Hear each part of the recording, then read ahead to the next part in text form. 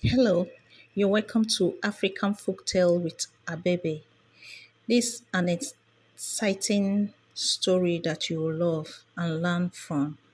Enjoy the story. Marry me or pay 1 million, the curse that finished Chidinmma. She forced him to marry her, but he wasn't human, a true African mystery story. In this life, things really happen. And this is the story of how Marry Me or Pay 1 million finished a young woman named Chidinmma. Chidinmma was a beautiful girl from Umuahia, tall, fair, and full of confidence. Her beauty made men lose focus, and her voice could melt even a strong heart.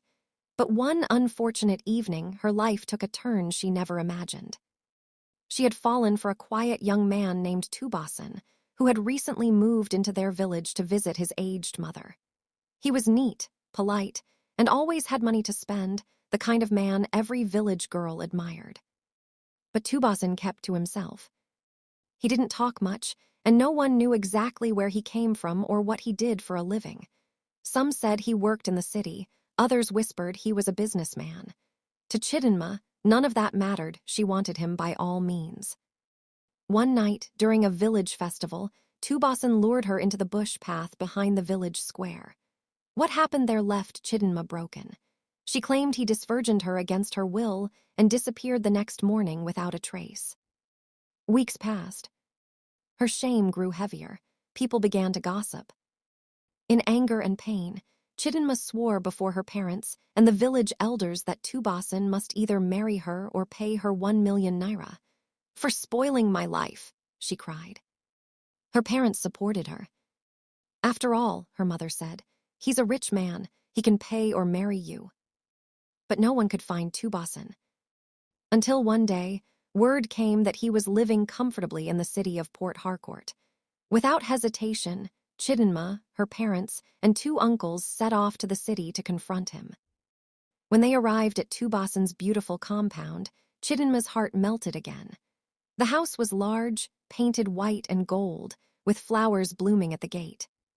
She thought to herself, "Why should I let this man go? He must marry me by fire, by force." When Tuboson came out to meet them, he looked more handsome than ever, dressed in white, smelling of expensive perfume. But when Chidinmma began shouting, accusing him in front of his neighbors, his face grew dark and cold. "Chidinmma," he said quietly, "you don't know what you are asking for. Go home and forget me." But her father barked back, "You will not shame my daughter and walk away. You must marry her today." His friends pleaded, his mother wept. But Chidinmma and her parents refused to listen.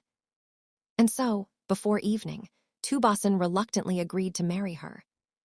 The marriage ceremony was quiet and strange. No one from Tuboson's side came, except a few distant faces. No one recognized. But Chidinmma didn't care. She had one. She was now Mrs. Tuboson. That night she moved into his mansion. The bed was soft, the room smelled of roses, and she smiled to herself. But when midnight came, she heard a sound.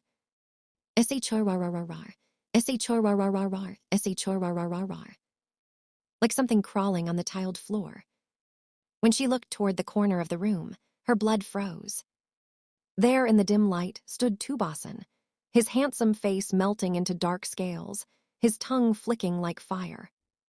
Before her eyes, he turned into a massive serpent, coiling around the bed, his golden eyes fixed on her. Chidinmma screamed. But the walls of the room swallowed her voice.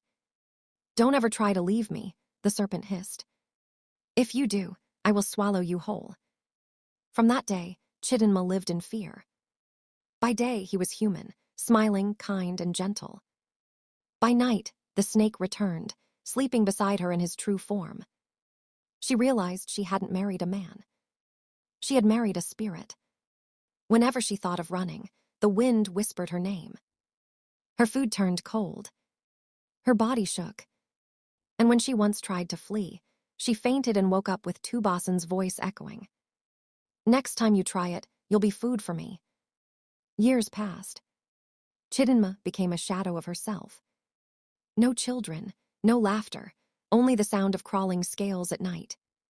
When she fell sick and knew death was near, she called her family. With tears rolling down her weak face, she said, "I forced a man to marry me, but I married a spirit instead. Don't ever force any man or woman into marriage. What is meant for you will come in peace, not through threat or shame." And with her last breath, she whispered, "Marry me or pay 1 million, has finished me." Since that day, the people of Umuahia say that when the moon is full, a woman's cry can be heard near the old forest, calling softly, "Tuboson, Tuboson, forgive me."